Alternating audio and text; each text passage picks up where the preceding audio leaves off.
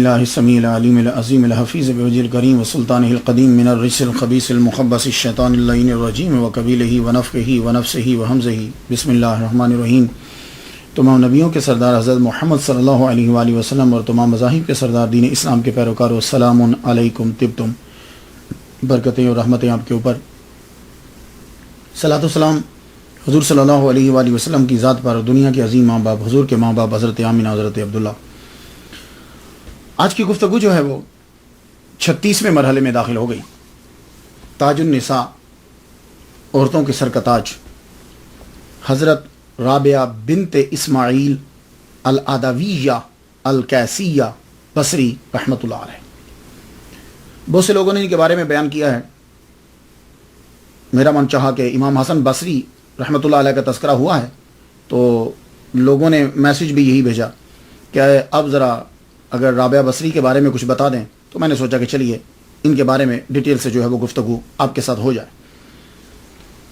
سب سے پہلے نام کے بارے میں، آپ کا نام جو ہے یہ رابعۃن، رابعۃن چوتھی، عربی لفظ ہے یہ رابعۃن، اس کا معنی ہوتا ہے چوتھی۔ چونکہ 3 بہنوں کے بعد پیدا ہوئیں، اس لیے آپ کا نام آپ کی والد گرامی نے رابعۃن چوتھی رکھ دیا، نام ہی وہی پڑ گیا۔ اس کے علاوہ آپ کے نام کے ساتھ العدویہ لگتا ہے، عین کے ساتھ عدویہ، اور الکیسیہ۔ یہ العدویہ اور کیسیہ جو ہے کہ حضرت رابعہ بصری رحمۃ اللہ علیہ جو ہیں وہ کنیز لونڈی نہیں تھی۔ یہ العدویہ والکیسیہ، یہ دونوں لفظ جو ہیں یہ بتا رہے کیوں آپ کو العدویہ اور کیسیہ کیوں کہا جاتا ہے۔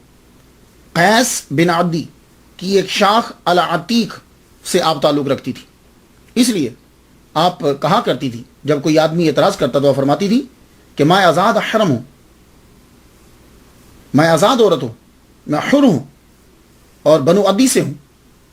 تو عدویہ کیسیہ، یہ کیس کی وجہ سے کیسیہ اور بنو عدی کی وجہ سے آپ کو عدویہ جو ہے وہ کہا جاتا ہے۔ اور آپ ہرگز اس قبیلے کی کنیز نہیں تھی، بلکہ اس قبیلے کی فرد تھی، یہ بات یاد رکھیے۔ لیکن غربت کی وجہ سے اور حالات نے پلٹا ایسا کھایا کہ آپ کو بازار میں لا کے بیچ دیا گیا۔ کس طرح؟ جیسے حضرت یوسف علیہ السلام۔ یوسف علیہ السلام بھی کیا غلام تھے آپ؟ نہیں، آپ تو کریم ابن کریم ہیں، آپ تو نبی کے بیٹے ہیں، لیکن حالات ایسے ہوئے کہ آپ کو مصر کے بازار میں لا کے بیچ دیا گیا۔ اور یہی سیم حضرت رابعہ بصری رحمۃ اللہ علیہ کے ساتھ ہوا کہ آپ کو بازار میں لا کے، بغداد کے بازار میں لا کے بیچ دیا گیا۔ تاریخ پیدائش آپ کی کیا ہے؟ اب دیکھیے کہ تاریخ پیدائش میں 2 سال کا ضرور فرق رہتا ہے، لیکن قرائن اور کچھ دلائل جو ہیں وہ ایسے ہوتے ہیں کہ جو کسی ایک کو مضبوط کر دیتے ہیں، ورنہ فرق ضرور رہتا ہے۔ صحیح یہی ہے کہ آپ 99 ہجری 717 عیسوی میں پیدا ہوئی، 99 ہجری 717 عیسوی میں پیدا ہوئی، اور 185 ہجری 801 عیسوی میں وصال پایا۔ تو گویا کہ ٹوٹل عمر جو ہے حضرت رابعہ بصری رحمۃ اللہ علیہ کی 86 سال ہے، 86 ایئر، یہ آپ کی عمر ہے۔ ویسے کچھ نے تاریخ وصال جو ہے وہ آپ کی 135 ہجری لکھا ہے، تو اگر 135 ہجری لکھیں تو پھر آپ کی ٹوٹل عمر جو ہے وہ 36 سال بنتی ہے۔ تو 36 سال تو آدمی ینگ ہوتا ہے، 36 سال میں کوئی اتنا بوڑھا تو نہیں ہوتا، لیکن تمام کتب نے یہ لکھا ہے کہ آپ بوڑھی ہو کر دنیا سے جو ہے وہ رخصت ہوئی، بہت بوڑھی ہو چکی تھی۔ تو معلوم یہ ہوگا کہ 135 ٹھیک نہیں ہے، 801 جو عیسوی ہے یہ بالکل بجا ہے، اور 185 ہجری۔ جائے پیدائش، آپ پیدا کہاں ہوئی؟ آپ کے نام کے ساتھ جو بصری لگتا ہے نا، یہ بصری یہ بتا رہا ہے کہ آپ عراق کے شہر بصرہ میں پیدا ہوئی۔ یہ آج بھی یہ شہر بڑا مشہور ہے، یہ سٹی عراق کا بہت مشہور سٹی ہے، بصرہ بڑا امیر ہے، بڑی مشہور بندرگاہ ہے۔ ایران اور کویت اس کے قریب اس شہر کو آباد کیا تھا حضرت عمر رضی اللہ تعالیٰ عنہ نے، اور حضرت عمر رضی اللہ تعالیٰ عنہ نے سب سے پہلا گورنر جو اس کا بنایا وہ ابو موسیٰ اشعری رضی اللہ تعالیٰ عنہ کو بنایا تھا، اس کا پہلا گورنر۔ یہ شہر آپ نے بہت سے قبیلے بھیج کر یہاں اس کو آباد کیا۔ یہ بصرہ جو ہے بصرہ کا معنی بعض نے کہا کہ یہ بصرہ لفظ فارسی ہے، بس راہ، جہاں بہت سے راستے ملتے ہیں، اس لیے اس کو کہتے ہیں بصرہ۔ بعض نے کہا نہیں، البصرتن عربی لفظ ہے یہ، تو البصرتن کا معنی ہوتا ہے سخت زمین، لیسدار مٹی جس میں کنکر ملے ہوئے ہوں، تو اس کو کہتے ہیں البصرتن۔ تو یہ اپنے وہ ماحول کی وجہ سے، جگہ کی وجہ سے اس کو البصرتن کہنے لگے۔ اور جب کبھی گفتگو کے دوران البصرتان تان کہیں، بصرتان، تو بصرتین جو ہے، بصرتان جو ہے، اس سے مراد کوفہ اور بصرہ دونوں شہر ہوتے ہیں جب بصرتان کہیں گے۔ تو رابعہ بصری جو ہیں، یہ چونکہ بصرہ میں پیدا ہوئی ہیں اس لیے آپ کو بصری جو ہے وہ کہا جاتا ہے۔ لیکن ایک بات یاد رکھیے گا کہ جب آپ اس کو تلفظ کریں گے تو باساری نہیں کریں گے، سواد کے اوپر زبر نہیں پڑیں گے۔ اگر آپ نے سواد کے اوپر زبر پڑا، باساری بن گیا، تو اس کا معنی ہوگا میری آنکھ، بصر کہتے ہیں آنکھ کو، اور باساری میری آنکھ۔ تو حضرت رابعہ بصری رحمت اللہ علیہا جو ہے وہ اسے پروناؤنس کیا جائے گا۔ نام کے بارے میں آپ نے جان لیا، اب ہم جاننا چاہیں گے کہ حالات کیا تھے۔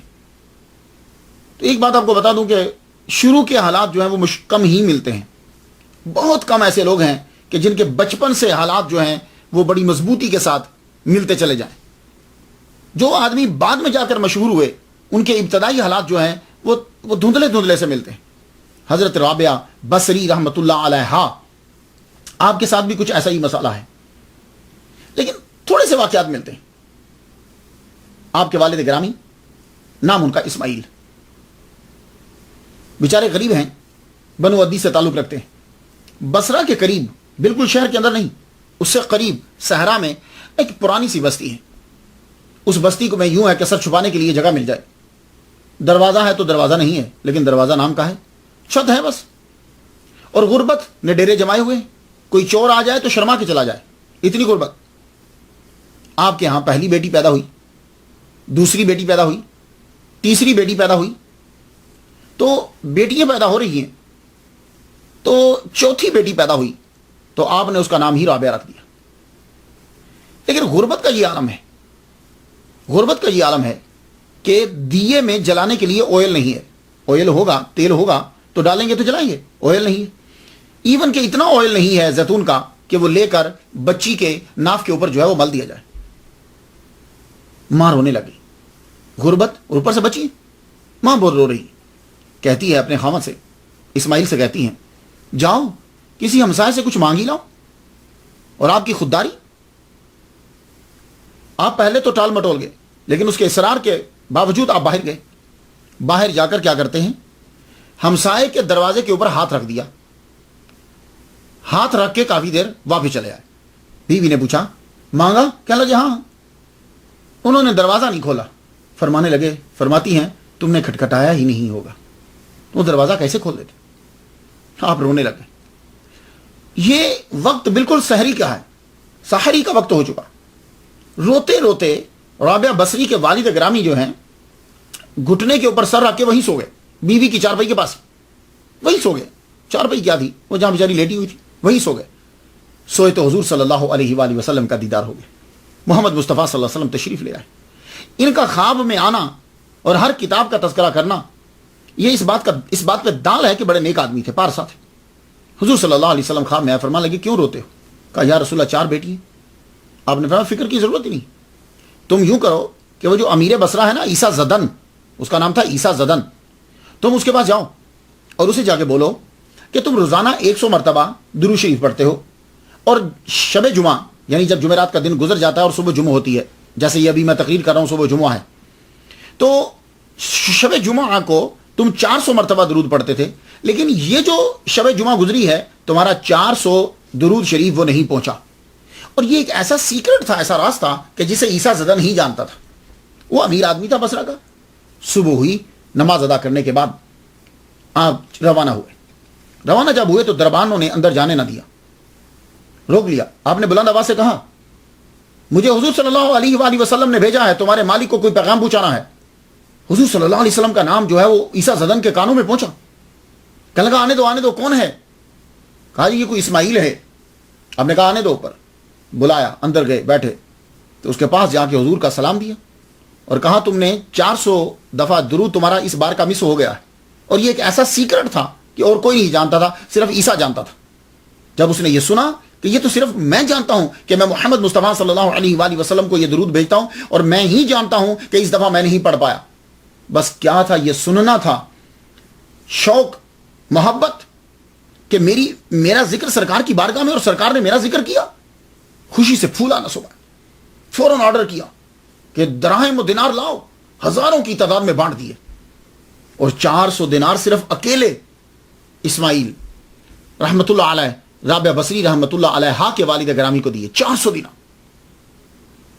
یہ بہت بڑی رقم ہے. یہ آپ اسے چھوٹی معمولی مت سمجھیے. واپس آئے, بیٹی آپ کے لیے رحمت ثابت ہوئی, بیٹی ہوتی ہی رحمت ہے. آپ واپس آئے, گھر تشریف لائے تو اپنی بیوی کو بتایا اللہ تعالیٰ نے بڑا کرم کیا. تو ان 400 سے آپ نے کچھ سامان خریدا, سامان خرید کر اب آپ بیچنے لگے. لیکن آدمی کے پاس جب پیسہ آتا ہے نا تو اس وقت آتا ہے جب ہڈیاں جواب دے جاتی ہیں, آدمی کا جسم کام نہیں کر پاتا, آدمی اتنی محنت نہیں کر پاتا. سامان لے جاتے. اب بصرہ شہر بھی بڑا دور ہے, آپ رہتے ہیں صحرا کے قریب, غریب آدمی ہے, تو جاتے ہیں تھوڑا سا بیچتے ہیں. اتنا لمبا کبھی چلنے ہوتا ہے, کبھی نہیں چلنے ہوتا. بہرحال لیکن گزارا گھر کا ہو رہا ہے, خرچہ جو ہے وہ چل رہا ہے, خرچہ جو ہے وہ چل رہا ہے. ایک دن بوڑھی ہڈیاں جواب دے گئیں, کمزوری نے غلبہ کر لیا. کمزوری جب غالب ہوتی ہے نا تو کمزوری کے ساتھ بیماریاں بھی غالب آ جاتی ہیں. ایسا لگتا ہے جیسے کمزوری اور بیماریاں کٹھی رہتی ہیں, جسم کے اوپر غالب آ گئی. غالب جب آئیں تو والد گرامی جو ہیں رابعہ بنت اسماعیل, حضرت رابعہ کے والد گرامی چارپائی پہ لیٹ گئے. اب گھر کے اندر ہمیشہ ہر وقت رونا رکھ گیا. کیا ہوگا, جو گھر کا کمانے والا ہے وہی بیمار پڑ گیا, پریشان. روتے روتے ایک رات کیا ہوا کہ سب بچے سو گئے, حضرت رابعہ بھی سو گئی, بیوی بھی سو گئی, سب سو گئے. فجر کے وقت, سحری کے وقت آپ کی روح کف سے انصری سے پرواز کر گئی. آپ دنیا سے رخصت ہو گئے, دنیا سے رخصت ہوئے. صبح اٹھے جب سارے بچے تو ابا کو جگانے کے لیے آئے, ابا اٹھو, لیکن ابا دنیا سے جا چکے تھے, وہ تو رخصت ہو چکے تھے. ایک عجیب قیامت برپا ہو گئی گھر کے اندر, قیامت برپا ہوئی. رونے دھونے لگ گئے سب, محلے والے اکٹھے ہوئے. حضرت رابعہ بصری رحمت اللہ علیہ, آپ کو اپنے ابا سے بڑا پیار تھا. سب سے چھوٹی, آپ کو معلوم ہے کہ اولاد چھوٹی جو ہوتی ہے نا, ماں باپ کو ویسے ہی اسے پیار ہوتا ہے, بڑا پیار تھا. اور پیار کی 2 وجہ, ایک وجہ تو یہ کہ سب سے چھوٹی تھی, اور ایک وجہ یہ تھی کہ ہمیشہ ابا کے ساتھ رہتی تھی. آپ کے والد گرامی کو نماز پڑھنے کی اور تہجد کی عادت تھی پک. ہر نماز کے ساتھ رابعہ ساتھ رہتی, اور ایون کہ تہجد میں بھی ساتھ اٹھتی. اور بعض اوقات تو ایسا ہوتا کہ رابعہ بصری رحمت اللہ علیہ ساری رات اپنے ابا کے ساتھ ذکر میں مشغول رہتی. یہ 11 سال کی تربیت ہے. اور آپ یہ بات جان لیجیے, اور یہ میں آپ کو بارہا کہہ چکا ہوں, اب بھی کہہ رہا ہوں, آپ اپنے بچے کو جب وہ 3 سال کا ہے اس کو ساتھ بٹھاؤ, نماز میں ساتھ رکھو, تہجد میں ساتھ رکھو, عبادت کی چیزیں بتاؤ, وہ بچے کے ذہن میں بیٹھ جائیں. تو حضرت رابعہ بصری رحمت اللہ علیہ اس لیے بھی ساری زندگی نماز پڑھتی رہی اور عبادت گزار رہی کہ بچپن ہی سے اپنے ابا کے ساتھ ہی, اور ابا تہجد بھی ادا کرتے تھے تو وہ ساتھ اٹھتی تھی, نماز پڑھتی تھی. وہ بچپن سے راسخ ہو گئی. 11 سال آپ کی عمر ہوئی, آپ رخصت ہوئے, تجہیز و تکفین جو ہے وہ کر دی گئی. والد گرامی رخصت ہونے کے بعد کچھ روز تو وہاں نہیں. پھر آپ نے سوچا کہ میں بچے لے کے بصرہ چلی جاؤں, یہاں تو کوئی کمانے والا نہیں ہے, شہر کے اندر رہوں گی تو شاید کچھ کما پائیں. وہاں سے آپ اپنا سب کچھ سمیٹ کے جو کچھ تھا اب بصرہ شہر کی طرف روانہ ہونے لگی. اب میں یہاں عرض کر جاؤں کچھ کہ اختلاف ہے روایات کے اندر. عرب کے جو لوگ ہیں, وہ عرب کے جتنے ماخذ میں نے پڑھے ہیں, وہ حضرت رابعہ بصری رحمت اللہ علیہ کو 36 سال تک ایک عام عورت تصور کرتے ہیں کہ جو گانا بجاتی ہے, ڈانس کرتی ہے, دنیا میں مشغول ہے, اسے دنیا اچھی لگتی ہے. عرب کے ماخذ کے اندر یہی چیزیں ملتی ہیں.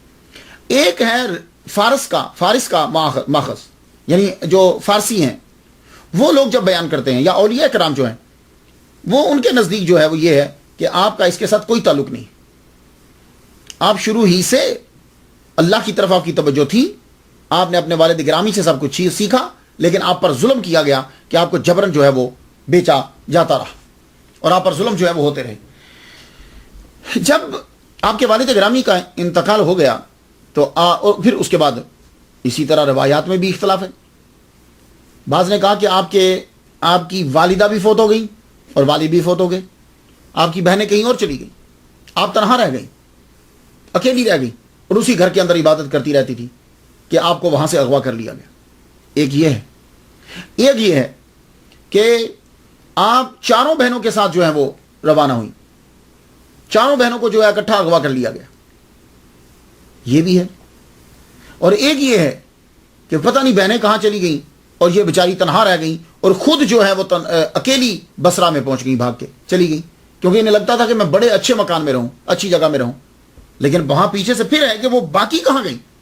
لیکن میں عرض کرنا چاہوں گا کہ وہ چیز کتابوں والا تو لکھ دیتے ہیں جو ان کو ملا ہے, لیکن ہمیں بھی کچھ سوچنا پڑتا ہے کہ کون سی چیز جو ہے وہ ان کے مقام کے مطابق ہے اور کون سی چیز آگے کی چیز کے ساتھ میچ کرتی ہے, تب گفتگو کرنا جو ہے وہ آسان ہو جاتا ہے. حضرت رابعہ بصری رحمۃ اللہ علیہ اور آپ کی 3 بہنیں اپنی والدہ کے ساتھ بصرہ شہر کی طرف روانہ ہو رہی کہ آپ کے اوپر ڈاکوؤں نے حملہ کر دیا. ڈاکو جو ہے وہ مل کر انہوں نے آپ کو پکڑا, آپ کی والدہ کو قتل کیا, اور صرف یہی 4 ہی نہیں, اس بستی کے جتنے لوگ تھے جو ان کے ہتھے چڑھتا گیا, وہ بوڑھا تھا, بچہ تھا, جو بھی تھا, پکڑ لیا. اور زیادہ تر ان کی نظر جو ہے وہ عورتوں کے اوپر تھی. حضرت رابعہ بصری بھی بیچ میں آ گئی. یہ کیا بستی میں کوئی اور بچانے والا نہیں تھا؟ کسی نے بچایا نہیں, کوئی آڑے نہیں آیا. میں اس بات پہ میں نے تحقیق کی کہ وہ ڈاکو اس طرح دندناتے کیوں پھر رہے تھے.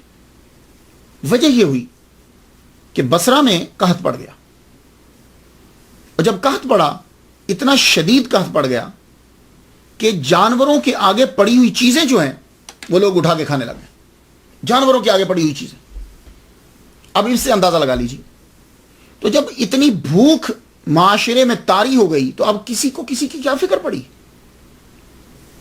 اب ڈاکو جو ہیں یہ کیا کرتے تھے کہ یہ گھروں سے بچیاں اٹھا کے جو ہیں وہ لے جاتے اور ان کو جا کے بیچ دیتے.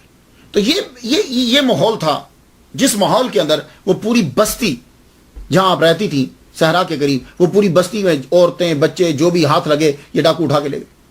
بغداد جا کر بازار میں جہاں بیچا جاتا تھا بندوں کو, وہاں بولی لگنے لگی. وہاں جب بولی لگ رہی ہے تو باقیوں کو بیچ دیا گیا.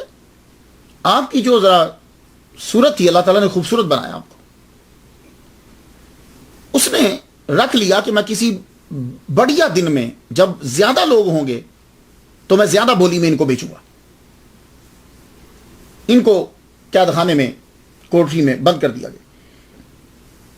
بند جب کیا گیا, ایک دن وہ سب لوگ شراب پی رہے ہیں.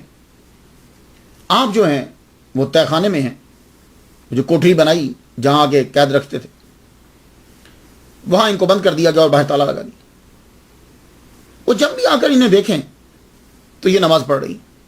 یہ ہوتا ہے ایسا, اگر گھر کے اندر بچوں کو ماں باپ کو وہ ہر وقت دیکھتے رہیں تو پھر بچوں پہ جب کبھی مشکل گھڑی آتی ہے تو انہیں رب یاد رہتا ہے. پھر ان کو اللہ سے مدد مانگنا آسان ہو جاتا ہے ان کے لیے. ہر وقت نماز, نوافل نماز, نوافل نماز, ذکر ذکر ذکر, اللہ اللہ. یہ زیادہ تر لفظ آپ کی زبان کے اوپر آتا تھا. اللہ مجھ پہ کرم فرما, اللہ مجھ پہ کرم فرما, میں کمزور ہوں, اللہ میری مدد کر. یہ آپ پکارتی رہتی. اور یہ چیز جو ہے وہ آپ کو اب نہ بہنیں ہیں, نہ باپ ہے, نہ ماں ہے, کوئی نہیں ہے. یہ لوگ اٹھا کے لے آئے ہیں. کیا کریں گے؟ کچھ نماز پہ نماز پڑھے جا رہے. وہ لوگ اس بات سے بڑا چڑھتے تھے تو وہ بھی مسلمانی, وہ بڑا چڑھتے تھے. یہ ہر وقت نماز پڑھتی رہتی. ایک دن آیا, اس نے کھولا دروازہ اور شراب دینے لگا کہ شراب پیو. آپ نے جب اسے دیکھا, آپ نے فرمایا یہ تو شراب ہے, یہ تو حرام ہے, میں تو نہیں پیوں گی. چونکہ وہ خود پیتا تھا, اب وہ بولا کہ تم پیو. آپ نے فرمایا نہیں, حرام ہے, میں نہیں پیوں گی. اس نے آپ کو مارنا شروع کر دیا. آپ کو مارا لیکن آپ نے شراب نہیں پی. پورا دن گزر گیا, اس نے پانی تک پینے نہ دیا. رات گزر گئی, ایک دن اور ایک رات, ایک دن اور ایک رات جو ہے وہ گزر گئے. اس نے پانی نہیں دیا. دوسرے دن پھر آیا, وہ شراب دینے لگا آپ کو. آپ نے فرمایا میں شراب حرام ہے, میں نہیں پیوں گی. اور پیاس کی وجہ سے اتنی نقاہت, اتنی کمزوری ہو چکی کہ آپ اٹھ نہیں پا رہی اور روٹی بھی نہیں دے رہا کھانے کو. وہ پانی کو لے کر آیا, پانی لا کر ایک ہاتھ میں شراب پکڑتا ہے اور ایک ہاتھ میں پانی پکڑا ہے. بولا یہ پیو. آپ بولی نہیں حرام ہے. تو ان کی نظروں کے سامنے پورا پانی جو ہے وہ زمین کے اوپر گرا دیا. تو جو آدمی پیاسا ہوتا ہے نا, وہ پانی کی طرف لپکتا ہے, دوڑتا ہے. اب تیزی کے ساتھ پانی کی طرف بڑھی, اس نے پانی زمین کے اوپر گرا دیا. آپ یوں ہاتھ کو گیلا کر کے کہ شاید پانی میرے ہاتھ کے اوپر آ جائے, لیکن نہیں, پانی جو ہے وہ جذب ہو گیا مٹی کے اندر, نیچے جذب ہو گیا. اس نے پانی پینے کو نہیں دیا, دروازہ بند کر کے واپس چلا گیا. آپ روتی ہوئی اللہ کی بارگاہ میں گڑ گڑاتی ہوئی, اے اللہ میں کمزور ہوں, اے اللہ میں کمزور ہوں, میری مدد کر. پورا دن گزر گیا, اب بھی پانی نہیں دیا. رات کے وقت آتا ہے اور پھر شراب ہی دیتا ہے. آپ فرماتی ہیں یہ حرام ہے, میں نہیں پیوں گی. اب اس نے کوڑوں سے مارا, کولڑے سے مارنے لگا آپ کو. اتنا مارا آپ کے چہرے کے خون نکلنے لگ گیا, مگر آپ نے اسے ہاتھ نہیں لگایا. اب وہ مارتا مارتا چلا گیا, واپس چلا گیا. آپ اٹھی, بڑی کمزوری, اب تو بھوک اور پیاس شدت کی. یوں دیوار کو ہاتھ لگا کے اب کھڑی ہوتی ہیں بڑی مشکل سے کہ میں اللہ تعالیٰ کی بارگاہ میں نماز ادا کر لوں, چند سجدے ادا کر لوں. اللہ اکبر جل شان. پانی تو ہے نہیں, اب تیمم ہی صحیح. کھڑے ہو کے اللہ کا ذکر کرنے لگی, ایک دم سے نڈھال ہو کے نیچے گر گئی. پھر بڑی کوشش کے ساتھ اٹھی. دیکھا آپ نے, ایسے دنیا میں کوئی مشہور نہیں ہوتا. اللہ تعالیٰ نے ان کو ایسے عزت نہیں دی. اتنی مشکلات کے اندر بھی اللہ کے ذکر کو نہیں چھوڑ. اب آپ نے بڑے زور کے ساتھ ہاتھ دیوار کے اندر یوں جیسے گاڑ نہیں دیا جاتا, ایسے اتنی شدت کے ساتھ اس کو پکڑنے کی کوشش کی. آپ کا ہاتھ یوں جو ہے وہ دیوار کے ساتھ جب گھسنے لگا تو آپ ایک دم دیکھتی ہیں کہ آپ کا ہاتھ جو ہے وہ تر ہو گیا. وہاں سے اللہ تعالیٰ نے پانی جاری کر دیا. حضرت رابعہ بصری, آپ اپنے ہاتھ کو دھوتی ہیں, اسی پانی کے ساتھ پھر اپنے چہرے کو دھوتی ہیں, وضو کرتی ہیں, چہرہ بالکل چمکنے لگ گیا. آپ نماز ادا کر رہی ہیں. وہ رات کو بڑی دیر کے بعد آیا اور پھر انہوں نے یوں دیکھا, ونڈو میں سے, باری میں سے دیکھا, کہنے لگا تو یہ اس کو پانی کس نے دیا؟ یہ تو ایسا لگ رہا ہے جیسے اس نے اپنے چہرے کو دھویا ہے. کہا ہم نے تو نہیں دیا. وہ جو اس کے 3 ساتھی تھے بولے ہم نے تو نہیں دیا. دروازہ کھول کے اندر آیا تو آ کے دیکھتا ہے آپ بڑے اطمینان کے ساتھ نماز ادا کر رہی ہیں, بڑے اطمینان کے ساتھ. کیوں؟ یہ لوگ آپ کی عزت پہ حملہ کرنا چاہتے تھے, لیکن اللہ تعالیٰ ان کو بچا رہا ہے. اللہ ان کو بچا رہا ہے. اور جب آدمی اللہ تعالیٰ کی پناہ میں آ جاتا ہے تو پھر کوئی اس پہ قبضہ نہیں کر سکتا. لیکن یہ ہے کہ ہم صدق دل سے اللہ تعالیٰ سے محبت کرتے ہوں, اللہ کو یاد کرتے ہوں. یہ شراب اس لیے پلا رہا تھا آپ کو, لیکن آپ شراب نہیں پیتی. آپ پھر نماز میں لگی. صبح اس نے کیا کیا, کہیں بازار میں گیا اور وہاں سے جا کے سانپ لے کر آیا, اس کو پٹاری میں بند کیا, بند کر کے اب جب گھر پہنچا آیا تو دیکھا تو آپ پھر نماز پڑھ رہی تھی. نماز یہ چیز ہے, ایک دیکھیے آپ کے اندر کتابوں میں پڑھا کہ نماز اتنے انہماک سے پڑھتی تھی کہ آپ معافیا جو ارد گرد جو کچھ ہے آپ اس سے بالکل بے خبر ہو جاتی تھی کہ ارد گرد کیا ہو رہا ہے, کون آ رہا ہے, کیا کر رہا ہے. اتنی اللہ تعالیٰ کی محبت میں گم ہو جاتی تھی. نماز پڑھ رہی, وہ آیا, آتے ساری اس نے سانپ آپ کے مصلی پہ چھوڑ دیا. مصلی پہ چھوڑا, آپ سجدے میں اس وقت نیچے گئی. ہم ہوتے تو ڈر جاتے, ہم ہوتے تو قدموں سے ہی پریشان ہو جاتے اس کی آہٹ سے. سجدے میں گئی, سانپ وہیں پھرتا رہا. سانپ آپ کے کپڑوں کے اوپر چڑھا, آپ کی گردن تک آیا, لیکن آپ نماز ادا کر رہی ہیں. سلام پھیرا تو چپکے سے وہ سانپ وہاں سے روانہ ہو. اور اس چیز کو دیکھ کر وہ لوگ ابھی بھی نہ سمجھے, پھر بھی ان کی کوشش یہ تھی کہ یہ کسی طرح ہماری باتوں کے اندر آیا, ہماری ہوس کو پورا کرتے. رات کے وقت اس نے بہت اچھا سا گوشت پکایا, ساتھ فروٹ رکھا, شراب بھی ساتھ رکھی, اور زبردستی گھسیٹتا ہوا آپ کو باہر لے آیا, کھاؤ اسے. کتنے دن سے آپ بھوکی تھی, کتنے دن سے پیاسی تھی. کوئی اور ہوتا تو فوراً سے وہ گوشت کھانے لگ جاتا, بھنا ہوا, وہ فروٹ کھانے لگ جاتا, لیکن آپ نے ہاتھ کھینچ لیا. کیوں؟ یہ بچپن سے آپ کو تربیت ہے کہ کھانے کے اوپر بہت دھیان دینا ہے. ایک دن اپنے ابا کے ساتھ یہ کھانا کھا رہی تھی رابعہ بصری رحمۃ اللہ علیہ, تو لقمہ ہاتھ میں پکڑ کے رونے لگ گئی.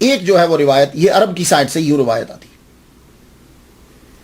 دوسرا یہ ہے، دوسری بات جو فارس کی طرف سے ہے وہ یہ ہے کہ جب آپ بازار میں بیچنے کے لیے وہ لایا تو آپ کو ایک بڈھے آدمی نے خرید لیا. بڈھے آدمی نے جب آپ کو خرید لیا تو خریدنے کے بعد وہ آپ کو گھر لے گیا. اب اس سے کوئی یہ تو ڈر نہیں تھا کہ عزت پر حرف آئے گا، لیکن وہ ظالم بڑا تھا. وہ آپ سے کام بہت کرواتا، مارتا بلا وجہ. اور کام معلوم ہے کیا کرواتا؟ جاؤ جنگل میں جاؤ، لکڑیاں لے کر آؤ اور وہ لکڑیاں لا کر بازار میں بیچو، بیچنے کے بعد وہ پیسے مجھے لا کے دو. یہ میں آپ کو فارس کی روایت بتا رہا ہوں. لاؤ اور مجھے آ کے پیسے دو. تو وہ بیچاری کیا کرتی؟ جنگل میں چلی جاتی، جنگل میں جا کے لکڑیوں کو کاٹتی، درختوں سے لکڑیاں توڑ کے جو ہے وہ کٹھی کرتی. اب اس میں دو چیزیں، ایک تو سفر کرنا، لکڑیوں کو کاٹنا، درختوں سے لکڑیوں کو کاٹنا، کٹھا کرنا، اور اٹھائیں گی کتنی؟ اب لکڑی جو ہے کتنی اٹھائیں گی؟ لڑکی کتنی لکڑی اٹھا لے گی؟ تو آپ سے کم لکڑیاں جو ہیں وہ اٹھتی. اور ہم وقت حضرت رابعہ بصری رحمۃ اللہ علیہ چہرے پہ نقاب ہی رکھتی تھی اور کپڑے بسیدہ پہنتی تھی. تو عام بندہ یہ سمجھتا تھا کہ بڈھی عورت ہے، اس لیے وہ خود کو چھپاتی تھی اور اوپر یوں آپ اپنا منہ چھپا لیتی. اللہ تعالیٰ نے آپ کو حسن تو بڑا دیا تھا. تو کیا کرتی کہ بازار میں ایک کونے میں جا کے بیٹھ جاتی، لکڑیاں سامنے رکھ لیتی. تو کوئی آتا وہ لکڑیاں لے جاتا. کبھی تو لکڑیاں بک جاتی، کبھی لکڑیاں نہ بکتی. اور جب نہ بکتی تو وہ بڈھا مارتا، وہ بہت مارتا آپ کو. لیکن اس کے باوجود آپ رات کے وقت کھڑی ہو جاتی اور عبادت کرتی رہتی. اے اللہ میں کمزور ہوں، اے اللہ تو نے مجھے عورت بنایا اور مجھے کمزور بنایا. مالک میرا ایک اور بھی مالک ہے، وہ مجھ سے دن بھر کام لیتا ہے. میرے پاس یہ تھوڑا سا وقت جو بچتا ہے میں تھک چکی ہوتی ہوں، لیکن پھر بھی اے اللہ میں تیری عبادت کرتی ہوں. مالک اگر میرے پاس سارا وقت ہوتا میں ہما وقت تیری یاد میں اور تیرے ذکر میں مشغول رہتی، میں اور کوئی بھی کام نہ کرتی. اللہ اکبر، روتی رہتی اور دن کو پھر کام وہی جنگل میں نکل جاتی. اللہ تعالیٰ نے اس کے ہاں بھی آپ کی عزت کو محفوظ رکھا. یہ چیز یاد رکھیے، کیونکہ اکثر لوگ جو ہیں جن کے دماغ میں خرابی ہے وہ یہ سمجھتے ہیں کہ شاید جیسے ایک کنیز کا کنسپٹ ہوتا ہے نا. نہیں، میں نے بڑی کوشش کی ہر جگہ، کوئی عرب کی روایات بھی لے لیں یا فارس کی روایات لے لیں، ہر پوائنٹ کے اوپر اللہ تعالیٰ نے رابعہ بصری رحمۃ اللہ علیہا کی عزت کو بچا کے رکھا، محفوظ رکھا. وہ کرامت دکھانی پڑی یا کسی اور وجہ سے، عزت اللہ تعالیٰ نے آپ کی محفوظ رکھی. اس لیے کوئی آدمی آپ کی عزت پہ حرف نہیں رکھ سکتا. اور بعد میں اللہ تعالیٰ نے جیسے حضرت یوسف علیہ السلام کو ثابت کر دیا کہ یہ صاف تھے، اسی طرح حضرت رابعہ بصری رحمۃ اللہ علیہا کا بھی کردار جو ہے وہ بالکل کلیئر کروایا دنیا کے سامنے. ایسے نہیں مشہور ہوئی، ایسے نہیں آج تک اولیاء کرام ان کا تذکرہ کرتے. اب جس بڈھے کے پاس رہ رہی، ایک دن آپ بیچاری تھکی ہوئی آئیں، اس نے آپ کو کہا کہ جاؤ جا کے کوئی وہ اندر سے مرتبان لے کر آؤ. اس میں مربع تھا. آپ مرتبان لے کر آئے، بھوکی تھی، بالکل جسم کمزور، اور لکڑیاں جو ہیں وہ کاٹ کر لائیں جنگل سے. پھر وہ ایک دم سے آپ کا پاؤں لڑکھڑایا، وہ مرتبان نیچے گر گیا، وہ مرتبان ٹوٹا، مربع جو ہے وہ نیچے پھیل گیا. اب اس بڈھے کو غصہ آ گیا، اس نے اٹھ کر وہ مارے تماچے، آپ کو بہت سخت مارا اور یوں دھکے دیتا ہوا آپ کو آپ کے کمرے کی طرف جا کے بند کر دیا. اور اندر جب گیا تو اندر جا کے کیا کرتا ہے کہ وہ جتنے دیے جل رہے تھے وہ سب بند کر دیے، بجھا دیے. کہنے لگا ان دیوں میں تیل لگتا ہے اور تم پیسے لے کر نہیں آتی، اور میں یہ دیے تمہارے لیے جلاؤں کہ تم ساری رات نماز پڑھتی رہو. دیے بند کر دیے. لیکن آپ نے اس اندھیرے میں بھی اللہ کی یاد کو بند نہیں کی، اللہ کی یاد کرتی رہی. ہم لوگ بندے ہو کر ہمارے پاس سب چیزیں ہیں، ہم نماز چھوڑ دیتے ہیں. وہ بیچاری دن کو لوگ اس کے اوپر ظلم کر رہے ہیں اور وہ پھر رات کو نوافل پڑھ رہی ہے، اور ہم آج اپنی تقریروں میں ان کا مذاق اڑاتے ہیں. اللہ اکبر جل شانہ. حضرت رابعہ بصری رحمۃ اللہ علیہا عبادت میں لگی ہیں. وہ بابے کو رات کو پیاس لگی، ایک دم سے ہڑبڑا کے اٹھا. جب وہ اٹھا تو ایک دم سے اسے روشنی نظر آئی. اسے غصہ چڑھا، میں تو دیے بند کر کے آیا تھا، لگتا ہے رابعہ نے دیے دوبارہ جلا لیے روشنی کے لیے. غصے سے اندر گیا. اندر جب جا کے دیکھتا ہے دیے سب بجھے ہوئے ہیں، لیکن کمرہ روشنی سے بھرا پڑا ہے، روشنی، نور ہی نور. وہ ایک دم آدمی گھٹنوں کے اوپر نیچے یوں گھٹنوں کے اوپر گرا. آپ جب نماز پڑھ چکی، نفل پڑھ چکی، سلام پھیرا، ہاتھ جوڑ کے کہنے لگا میری غلطی. وہ بڈھا کہتا میری غلطی، مجھے معاف کر دو، مجھے معاف کر دو. میں نوکر تمہارا، تم میری نوکر نہیں، آج سے میں نے تجھے آزاد کیا۔ تو آپ فرمانے لگی تو نے آزاد کیا؟ کہتا یہیں رہو میری مالکن بن کے۔ آپ نے کہا نہیں، جب تو نے آزاد کر دیا ہے تو مجھے اب واپس جانے دے، مجھے جانے دے۔ کہنے لگا ٹھیک ہے جاؤ۔ تو حضرت رابعہ بصری رحمت اللہ علیہا بغداد سے دوبارہ بصرہ جو ہے وہ واپس آ گئی۔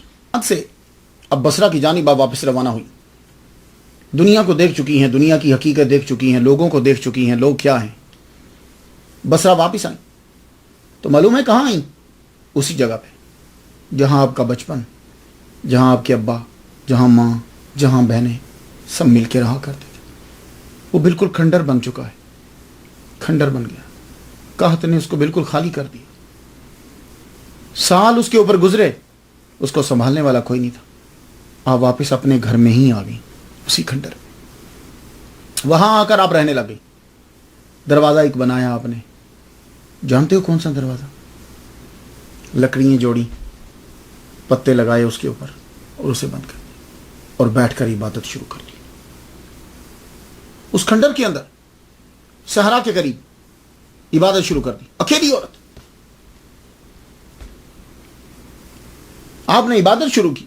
اب یہاں میرے ناظرین اور سامعین یہ جاننا چاہیں گے رابعہ بصری مشہور کس طرح ہو گئی؟ بغداد سے یہاں آئی ہیں، مشہور کیسے ہو گئی؟ تو میں آپ کو 4 ریزن بتاتا ہوں، 4 ریزن جس کی وجہ سے آپ کی شہرت جو ہے وہ پھیلی۔ پہلی بات تو یہ کہ اللہ کا فضل ہے، وہ ہر چیز میں ہوتا ہے، یہ بات یاد رکھیے گا۔ اگر اللہ کا فضل نہ ہو تو دنیا کے تمام اسباب جو ہیں وہ ختم ہو جاتے ہیں۔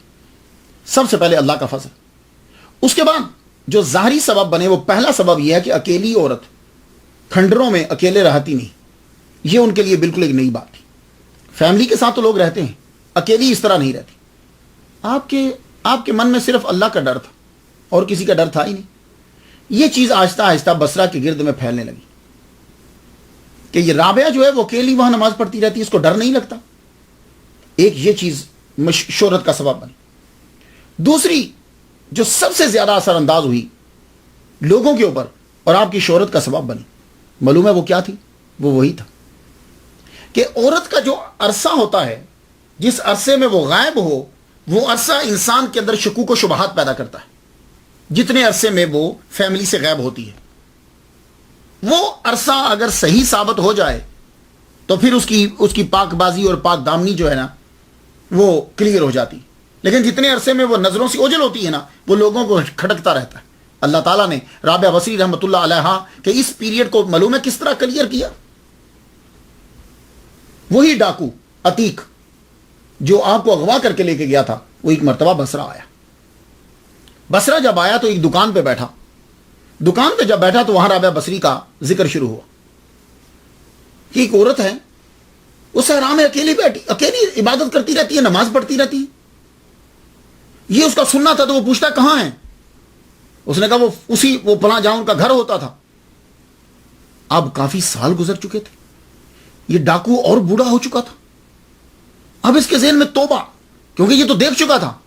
اب یہ آیا واپس، اس نے آ کر آپ کو دیکھا نماز پڑھتے ہوئے، دروازہ بند ہے، دروازے سے بس تھوڑا سا ہی نظر آتا ہے، اور آپ ہر وقت اپنے چہرے کو یوں ڈھانپ کے رکھتی تھی۔ کپڑے تو خیر، جسم تو پورا ڈھانپا، چہرہ بھی، سر بھی، بال تک کچھ چیز نظر نہیں آتی تھی۔ نماز پڑھ رہی نفل سے، وہ پرانا دور، پھر 26 سال 24 سال وہ پھر یاد آ گیا پرانا۔ بولا، جب اس کی آواز آئی تو پوچھتی ہیں میں کیا خدمت کروں تمہاری بھائی؟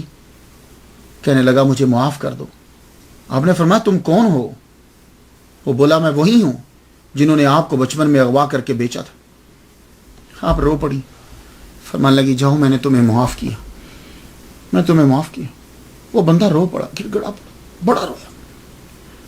کہنے لگا اگر آپ مجھے اجازت دو تو میں یہاں رک جاؤں، میں باقی زندگی یہاں گزار دوں آپ کے پاس ہی، تاکہ میرے گناہ میرے معاف ہو جائیں۔ آپ نے فرمایا ٹھیک ہے تمہاری مرضی۔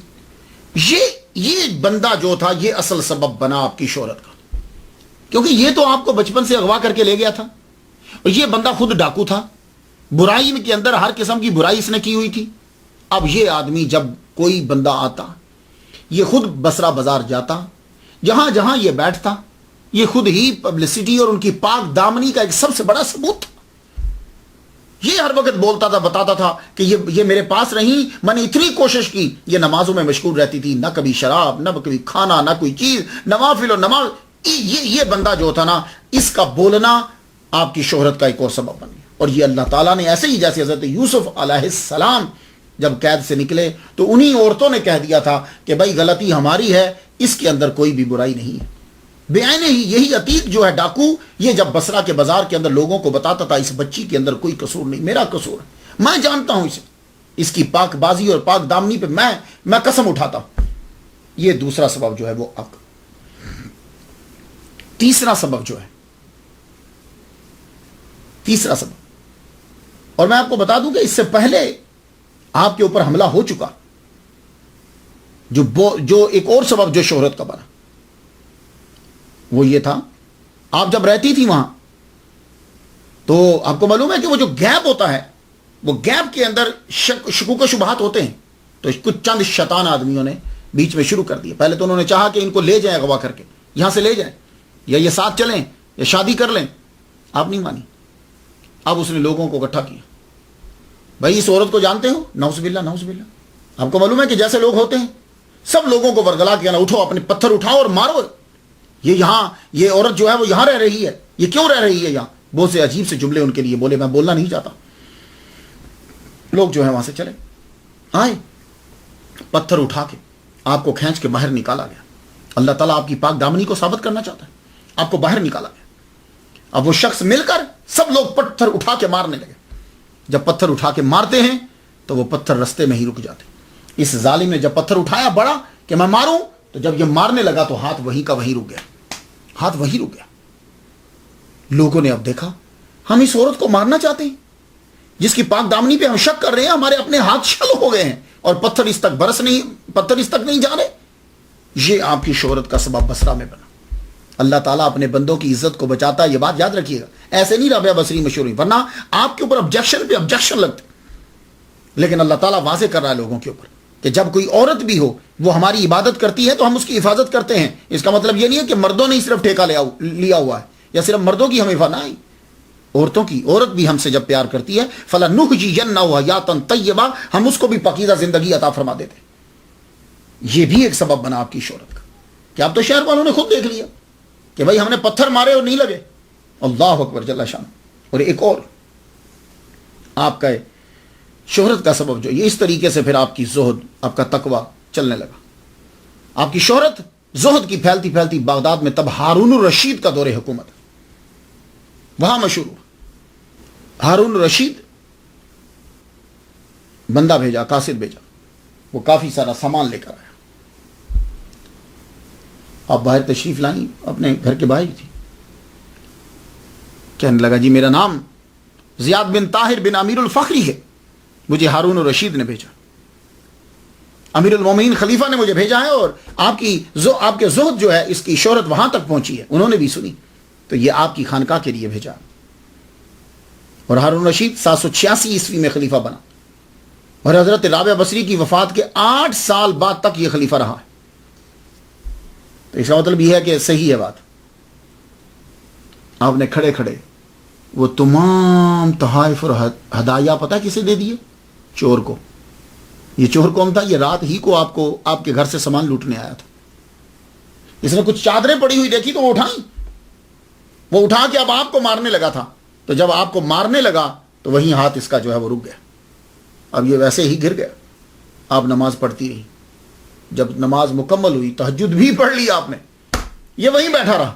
صبح جب ہوئی تو آپ نے کہا بھائی آؤ کچھ ہے تم بھی کھا لو. رو پڑا، روتا رہا. آپ نے فرمایا رو مت، اللہ سے معافی مانگ. اس نے اللہ سے معافی مانگی. آپ نے فرمایا پڑھو. اور جب بھی کبھی کوئی آپ سے معافی مانگنے، آپ کسی کو توبہ کرواتی تو کہتی تھی پڑھو اشہد ان لا الہ الا اللہ وحدہ لا شریک لہ واشہد ان محمدا عبدہ ورسولہ. اللہ بڑا بے نیاز ہے، اللہ معاف کر دیتا. جب کوئی آدمی معافی مانگتا ہے اللہ معاف کر دیتا. تو آپ اس کو اس طریقے سے سمجھاتی. تو وہ بندہ بھی باہر، آپ تو کمرے میں تھی نا، وہ پھر باہر آ کے صبح رب کی بارگاہ میں سجدہ ریز تھا کہ جب کہ یہ قافلہ ہارون الرشید کا آیا، جتنے تحائف تھے وہ اٹھا کر اسے دے دیے چور کو. کہا جاؤ یہ لے جاؤ. تو وہ زیاد بن طاہر ابن امیر الفخری کہنے لگا کہ یہ تو امیر المومنین نے بھیجے ہیں، خلیفہ نے بھیجے ہیں، اور آپ اسے دے رہی ہیں اس غریب کو؟ آپ نے فرمایا میں نے اللہ سے اسی کو مانگا ہے، باقی چیزیں مجھے نہیں چاہیے۔ یہ ہارون الرشید کا سامان بھیجنا حضرت رابعہ بصری رحمۃ اللہ علیہ کو یہ اور آپ کی شہرت کا سبب بنا۔ اب تو بصرہ کے اندر آپ مشہور ہو گئی، آپ کا گھر، آپ کا جو وہ گھر تھی وہ خانقاہ بن گئی۔ اب بڑی بڑی امیر عورتیں، شرفاء، فضلاء، ایون کہ علماء، آپ کا گھر جو ہے وہ مرجع خلائق بن گیا۔ ایسا لگتا ہے کہ جیسے یہاں بازار ہے کوئی بہت بڑا، لوگ آتے، کوئی دم کروانے آتا، کوئی مسئلہ پوچھنے آتا۔ آپ کی خانقاہ کے اندر عورتیں آ کے سبق سیکھتی، بیٹھتی، وہاں وہ مدرسہ بن گیا، عبادت ہوتی، تصوف سیکھتی۔ اور آپ کا جو فلسفہ ہے نا، جو تصوف کے اندر آپ نے جو بیان دیا، ویسے تو چیزیں لوگ بیان کرتے رہتے ہیں، لیکن وہی چیز کسی آدمی کے وجہ سے زیادہ مشہور ہو جاتی ہے۔ آپ کی گفتگو کا موضوع جو ہے اللہ کی محبت ہوتا تھا بس۔ تو جتنی بھی عورتیں آتی، آپ ان کو یہی اللہ کی محبت کا سبق دیتی کہ اس سے محبت کرو، بس اللہ سے پیار کرو، وہ ہمارا خالق ہے، اللہ سے محبت اللہ کی خاطر۔ یہ تھا آپ کا فلسفہ، اللہ سے محبت اللہ کی خاطر، کوئی اور بیچ میں سبب نہیں ہونا چاہیے۔ لیکن مولوی کو سمجھ نہیں آ رہی، ملا کو سمجھ نہیں آ رہی، اور اسی فلسفے کے تحت آپ نے یہ گفتگو کی ہے۔ ویسے تو کچھ باتیں ایسی ہوتی ہیں کہ جو ویسے ہی منسوب کر دی جاتی ہیں، لیکن اگر واقعی یہ ان کی بات ہے کہ ایک ہاتھ میں آپ نے پانی لیا اور ایک ہاتھ میں آگ لی، اور کہا کہ اے اللہ میں پانی سے تیری دوزخ کو بجھا دوں، یا کہا تیری دوزخ سے میں تیری جنت کو آگ لگا دوں، مولوی جو ہے وہ شروع ہو رہا ہے یہ اللہ کی توہین ہو گئی، اللہ کی گستاخی ہو گئی۔ تو خود وہ حضور کو اپنے جیسا کہتے ہیں، خود وہ سارا دن بولتے رہتے ہیں، وہاں توہین اور گستاخی کا کوئی کنسیپٹ ہی نہیں۔ نبی مر کر مٹی میں مل گیا، کوئی گستاخی کا تصور ہی نہیں ہو رہا۔ اللہ جھوٹ بول سکتا ہے، یہاں کوئی توہین نہیں ہے۔ اب ایک عورت نے سمجھانے کے لیے یہ بات کہہ دی تو وہاں ہوا کہ یہ گستاخی ہو گئی ہے۔ گستاخی نہیں ہے، بلکہ یہ لالچ ہے۔ ایک آدمی دوزخ کے ڈر سے نماز پڑھ رہا ہے تو کیا تیری نماز؟ ایک آدمی جنت کے لالچ میں نماز پڑھ رہا ہے تو اللہ کے لیے تو نہیں پڑھ رہا، تو جنت کے لیے پڑھ رہا ہے کہ مجھے جنت ملے گی۔ وہ ایک عورت ہو کر دنیا کا عظیم فلسفہ اس نے دیا۔ انہوں نے یہ کہا کہ دیکھو اگر تو دوزخ کے ڈر سے پڑھ رہا ہے تو اللہ کے لیے تیری نماز نہیں، تو اس کے ڈر سے پڑھ رہا ہے، اور اگر تو جنت کے شوق میں پڑھ رہا ہے تو اس کے لالچ میں پڑھ رہا ہے۔ مرد بن، اللہ کی عبادت اس لیے کر کہ اللہ عبادت کا سزاوار ہے بس، اور کوئی مستحق عبادت ہی نہیں ہے۔ یہ تھا فلسفہ آپ کا۔ مولوی مذاق اڑا رہا ان کا۔ تو آپ کا فلسفہ یہ تھا کہ اللہ کی محبت، اللہ کے شوق اور اللہ کے خوف سے، یہ تھا آپ کا فلسفہ۔ اور آپ نے اس فلسفے کو اس مثال سے سمجھایا۔ دیکھو یہ بچوں والی باتیں ہیں کہ کینڈی ملے گی، 2 کینڈی دے دیں گے، 3 ٹافیاں 4 ٹافیاں مل جائیں گی نا۔ عبادت کر اللہ کی، اللہ کے لیے۔ تو یہ عام آدمی کو کہاں یہ باتیں سمجھ میں آئیں گی؟ انہوں نے دوزخ کا انکار نہیں کیا، انہوں نے جنت کا انکار نہیں کیا، انہوں نے دوزخ کو غلط نہیں کہا، انہوں نے جنت کو غلط نہیں کہا، انہوں نے اپنے فلسفے کی تشریح کی ہے۔ انہوں نے یہ بتلایا ہے کہ دیکھو یہ دوزخ مخلوق، جنت مخلوق، دونوں مخلوق ہیں۔ اللہ نے جنت کو پیدا کیا ہے، اللہ تعالیٰ نے دوزخ کو پیدا کیا ہے، یہ دونوں مخلوق ہیں۔ تم مخلوق کے شوق اور ڈر میں پڑھ رہا ہے نماز، یہ تو بچوں کا گیم ہے۔ مرد بن، بلند ہو، اللہ کی عبادت اللہ کی خاطر کر، اس کی محبت میں۔ یہ بتلانا تھا انہوں نے۔ مولانا جامی رحمۃ اللہ علیہ نے ایک دفعہ کہا کہ ابدال 40 ارواح ہیں۔ کسی نے کہا حضور 40 رجال، 40 بندے کیوں نہیں کہا؟ فرمانے لگے ان میں ایک عورت بھی ہے، رابعہ بصری رحمۃ اللہ علیہ۔ تو اللہ سے محبت اللہ کی خاطر، اللہ کی عبادت اللہ کے خوف، اللہ کے شوق میں۔ یہ فلسفہ اتنا مشہور ہوا آپ کا، اور آپ اس میں بالکل مضبوط تھی، کیونکہ آپ نے وہ مرحلے دیکھے ہیں کہ جہاں صرف اللہ نے آپ کو بچایا۔ اس لیے آپ کہتی تھی کہ آؤ اللہ سے پیار کرو تاکہ تمہیں معلوم ہو کہ اللہ تعالیٰ کس طرح بچاتا ہے۔ اب آپ کے پاس بڑے بڑے علماء آنے لگے۔ میں جب کتابیں پڑھتا ہوں تو پتہ چلتا ہے کہ جی جناب حسن بصری ان کے پاس آتے تھے روٹی کھانے، ان کے پاس فلاں فلاں آتے تھے۔ پھر میں نے غور کیا، کیونکہ اکثر لوگوں کا دل ہوتا ہے کہ ہر بڑے بندے کو ملا دیں ان کے ساتھ، وہ پیچھے ڈیٹ نہیں دیتے، بھلے سے ان کو دنیا سے گئے ہوئے 10 سال ہو گئے ہوں، ملاقات ضرور کروا دینی۔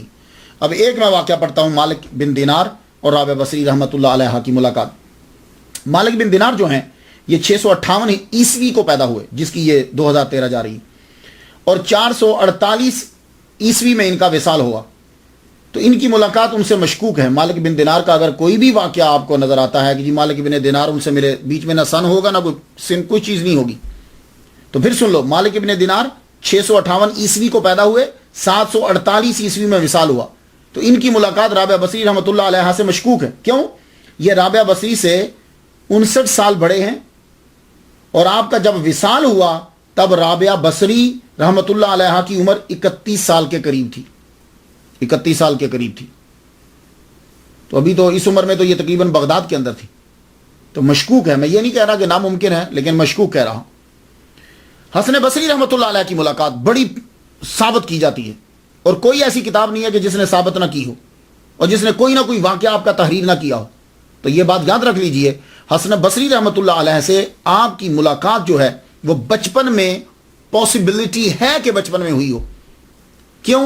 اس لیے کہ آپ کے والد گرامی جو ہیں اسماعیل، وہ صوفی تھے، وہ تصوف اور زہد کی طرف مائل تھے۔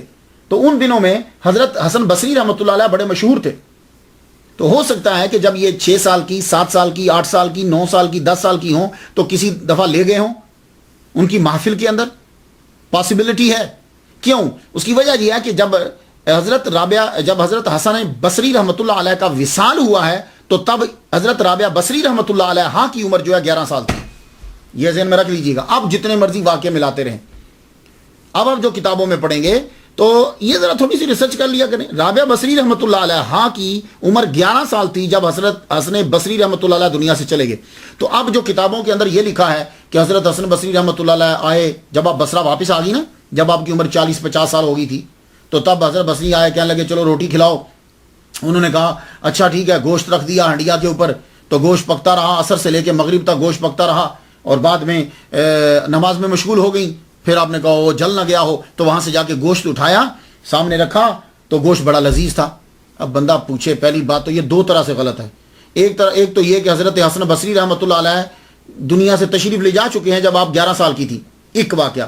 دوسرا اس لیے یہ غلط ہے کہ حضرت رابعہ بصری رحمۃ اللہ علیہ ایک دن فرمانے لگیں کہ معلوم ہے کہ یہ جانور ہم سے کیوں بھاگتے ہیں، اس لیے کہ ہم ان کا گوشت کھاتے ہیں، تو یہ ہم سے بھاگتے ہیں۔ تو جو گوشت کھانے سے منع کر رہی ہیں وہ خود کیا پکائیں گی وہاں؟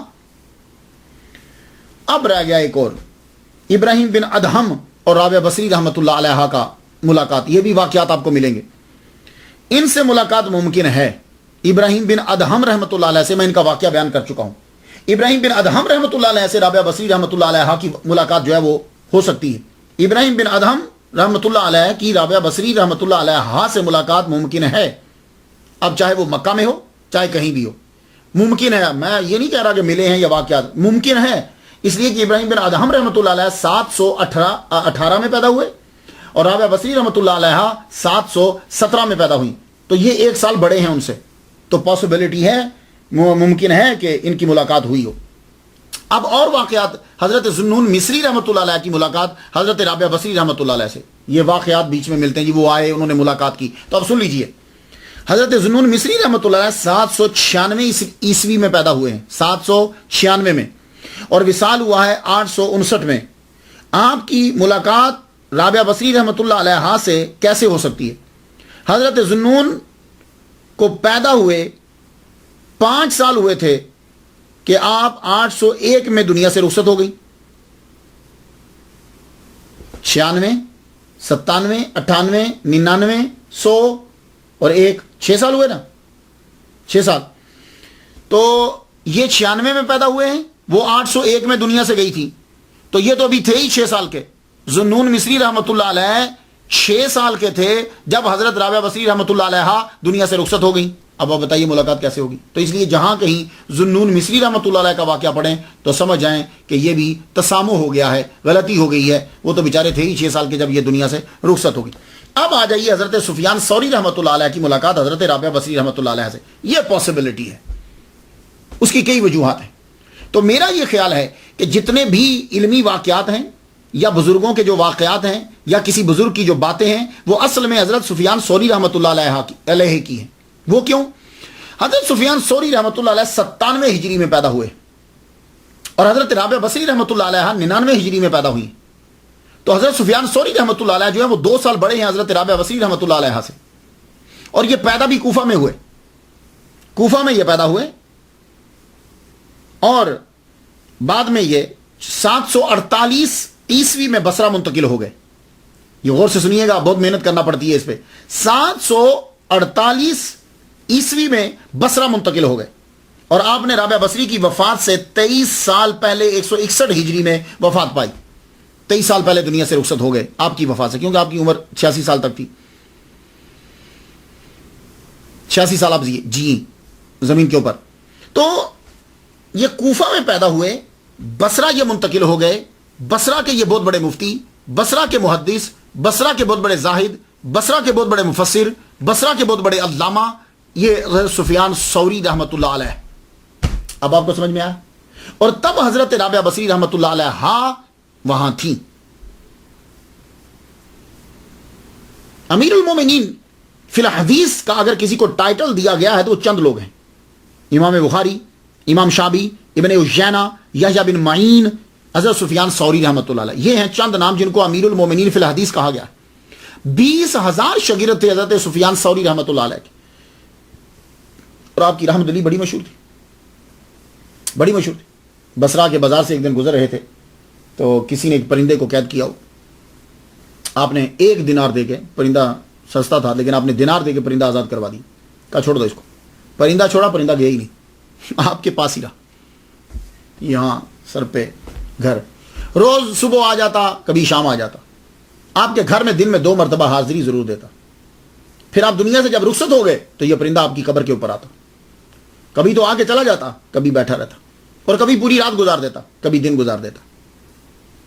اور آخر میں ایک دن صبح کے وقت لوگوں نے دیکھا کہ وہی پرندہ، وہ روز آپ لوگ دیکھتے تھے، وہی پرندہ آپ کی قبر کے اوپر جان دے چکا ہے، مرا پڑا ہے. تو لوگوں نے اس کی محبت کو دیکھتے ہوئے آپ کی قبر کے ساتھ ہی یہ گڑھا کھود کر اس پرندے کو دفنا دیا.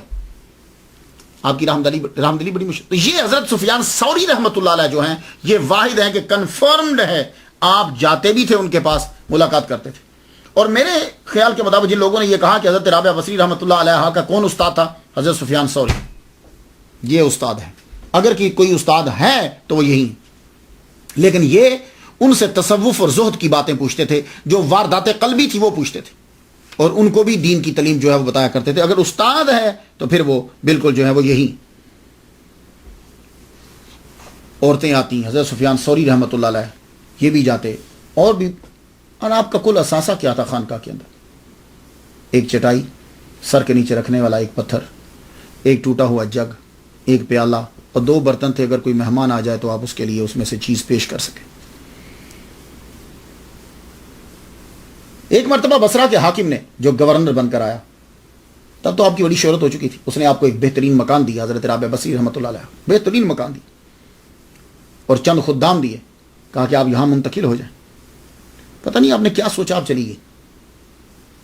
اور آپ تو ہر وقت عبادت میں، اب تو آپ بوڑھی ہو چکی ہیں، اب تو زیادہ عبادت میں لگی رہتی تھی. تو جوانی میں آپ نے کبھی رات اور دن کبھی مس نہیں کیا.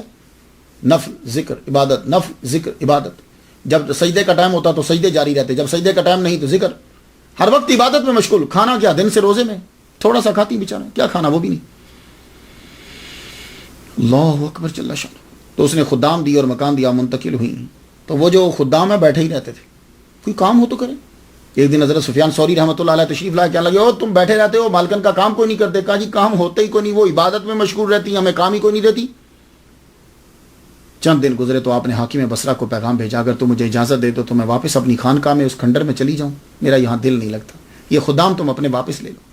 حاکم بصرہ نے واپس لے لی. آپ کا گھر ایک مدرسہ اور خانقاہ بن گیا. آخری عمر میں دور دراز سے عورتیں آپ کے پاس آتی اور آ کر آپ سے تعلیم لیتی، آپ کے پاس ہی رہتی، خانقاہ میں وہیں بیٹھی رہتی. کوئی بیمار آتا، کوئی توبہ کے لیے آتا، کوئی سبق لینے کے لیے آتا. ایک مدرسہ بن گئی، یونیورسٹی بن گئی آپ کا وہ کھنڈر. مریم بصری ایک آپ کی شاگرد ہیں، بہت مشہور ہوئی، آپ کے ساتھ ہی رہتی تھی ہر وقت. آپ بھی فنا فی اللہ تھی، ہر وقت اللہ تعالیٰ کی محبت میں گم رہتی، اور اتنی محبت تھی اللہ سے کہ حضرت رابعہ بصری رحمۃ اللہ علیہ کے جانے کے بعد ایک دن محفل کے اندر کچھ عرصے کے بعد ان کا بھی انتقال ہو گیا، محفل میں بیٹھی، انتقال معلوم ہے کیسے ہوا، محفل میں بیٹھی ہیں کہ کسی نے اللہ کی محبت کا تذکرہ چھیڑ دیا، آپ کو اس قدر اس محبت میں جوش آیا کہ پتا جو ہے وہ پھٹ گیا، اب فوت ہو گئی۔ اس کے علاوہ ایک اور آپ کی شاگرد ہیں معاذۃ ادویہ، یہ معاذہ ادویہ، یہ آپ ہی کے قبیلہ کی تھی، ہر وقت اللہ کا خوف ان کے اوپر طاری رہتا تھا، اتنا ڈرتی تھی اللہ تعالیٰ سے کہ 40 سال تک کبھی نظر اٹھا کر آسمان کی طرف نہیں دیکھا، اللہ اکبر جل شانہ، اور دنیا سے رخصت ہوئی۔ آپ کی کلندرانہ باتیں، آپ کی باتیں بڑی زبردست ہوتی تھی، اور وہ کلندرانہ باتیں ہوتی تھیں، اور آپ کی باتیں اور جملے لوگ جو ہیں وہ سنا کرتے تھے۔ آپ کی جب شہرت ہو گئی، مشہور ہوئی، ایک شخص آپ کے پاس آیا، بصرہ کا بڑا امیر تھا، آدمی تھا، سونے کا بھرا ہوا صندوق لے کر آیا، اور صندوق لا کے اس نے آپ کے سامنے رکھ دیا، کہنے لگا یہ سونے کا بھرا پڑا ہے، اس کے اندر سونے کے سکے ہیں، زیورات بھی ہیں، میں اپنی ساری زندگی آپ کے نام لگاتا ہوں، آپ مجھ سے شادی کر لیں۔ آپ فرمانے لگی سنو، یہ جو عقد نکاح ہے نا، یہ وجود کے اوپر ہوتا ہے، جسم کے اوپر ہوتا ہے، یہاں جسم رہا ہی نہیں، یہ تو سایہ ہی سایہ ہے، اب سایہ وہی کرے گا جو اس کا حکم، جو سایہ کے اوپر حکم لاگو ہوتا ہے، سایہ وہی کرے گا، اور میں کمزور ہوں، میں 2 مالک کی نوکری نہیں کر سکتی، سن لو، میں 2 مالک کی نوکری نہیں کر سکتی، میرا اللہ ہے، میں عبادت سے مجھے فرصت ہی نہیں ملتی، میں مالک کی حقیقی کی عبادت کے اندر ہی لگی رہتی۔ اور آپ کی گفتگو زبردست گفتگو ہوتی تھی۔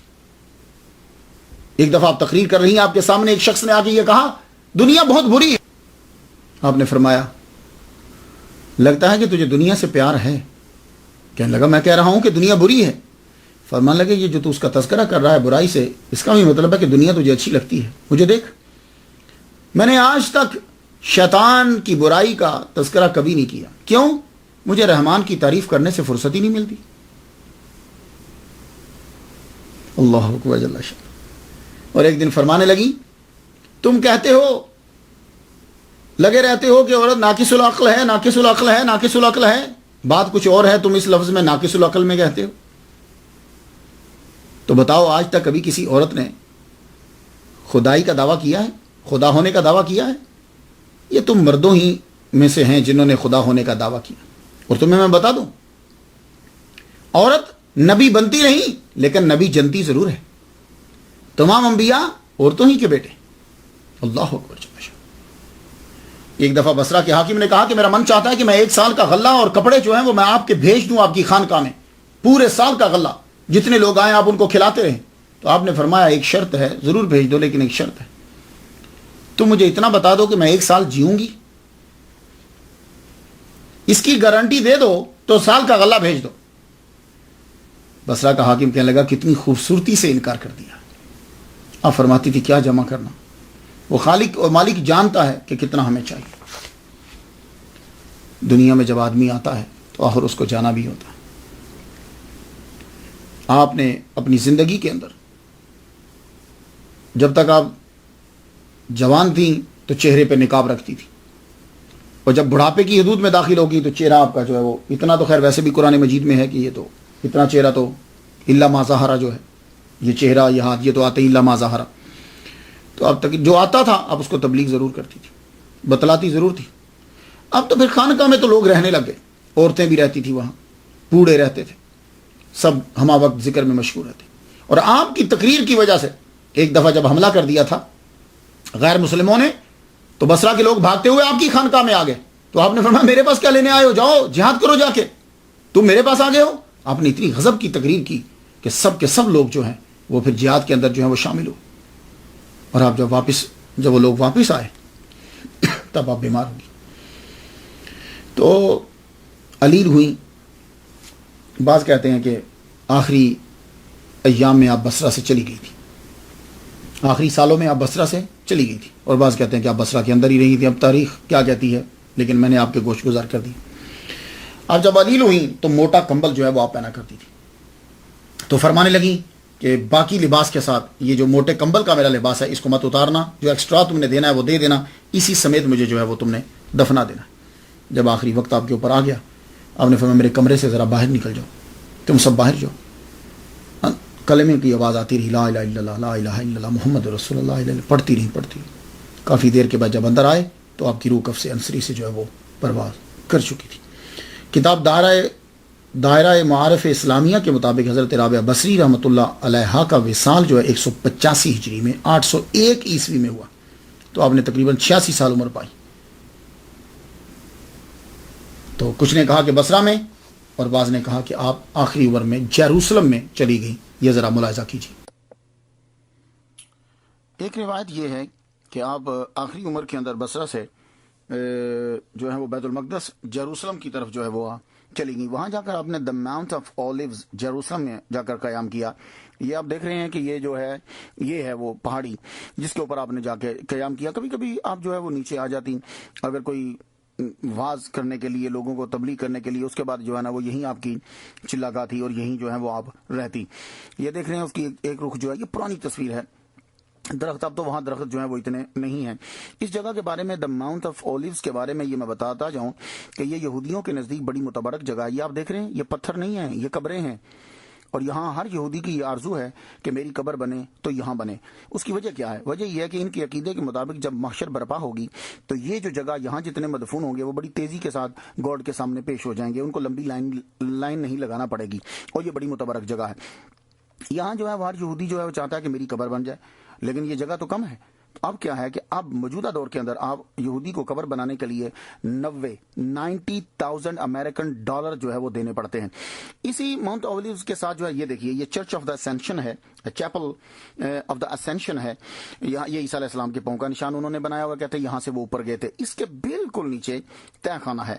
یہ تہ خانے میں اگر آپ اس کی طرف جائیں تو آپ کو گیٹ کے اوپر ہی جو ہے نا وہ نظر آئے گا۔ دیکھیے لیفٹ سائڈ کے اوپر آپ کو نظر آ رہا ہے مقام رابعہ العدویہ، یہ جنگلے کے پیچھے۔ یہاں مقام سے مراد چلاگاہ بھی ہو سکتی ہے، اور مقام سے مراد جو ہے وہ ان کی قبر بھی، لیکن قبر جو ہے وہ نیچے بنی ہوئی ابھی۔ تو مقام رابعہ العدویہ، یہاں جو ہے جب آپ نیچے جائیں گے تو آپ کو اس تہ خانے کے اندر جو ہے حضرت رابعہ بصری، اور یہی تصویر جو ہے ان کی قبر کی، یہ پوری دنیا میں تقریباً یہی مشہور ہے۔ اب اللہ بہتر جانتا ہے یہ کیا ہے۔ یہ دیکھیے یہ قبر ہے، یہ بالکل تہ خانے کے اندر، یہ میں نے لکھا ہے گریو آف رابعہ بصری۔ تو اسی کی تصویر جو ہے وہ پائی جاتی ہے، باقی کوئی تصویر جو ہے وہ ملتی، یہی سب جگہ جو ہے وہ مشہور ہے۔ تو ہو سکتا ہے کہ آپ آخری عمر کے اندر بصرہ سے بیت المقدس میں جیروسلم میں جو ہے وہ چلی گئی ہوں، اور وہیں جو ہے وہ آپ نے وفات پائی ہو۔ تب تو مسلمان جو ہیں وہ ہوتے ہی تھے تقریباً، ایسی صورتحال جو نہیں تھی۔ بہرحال میں فاتحہ پڑھ چکا، آپ ان کے لیے فاتحہ پڑھ دیجئے، اللہ تعالیٰ ان پہ رحمت نازل فرمائے۔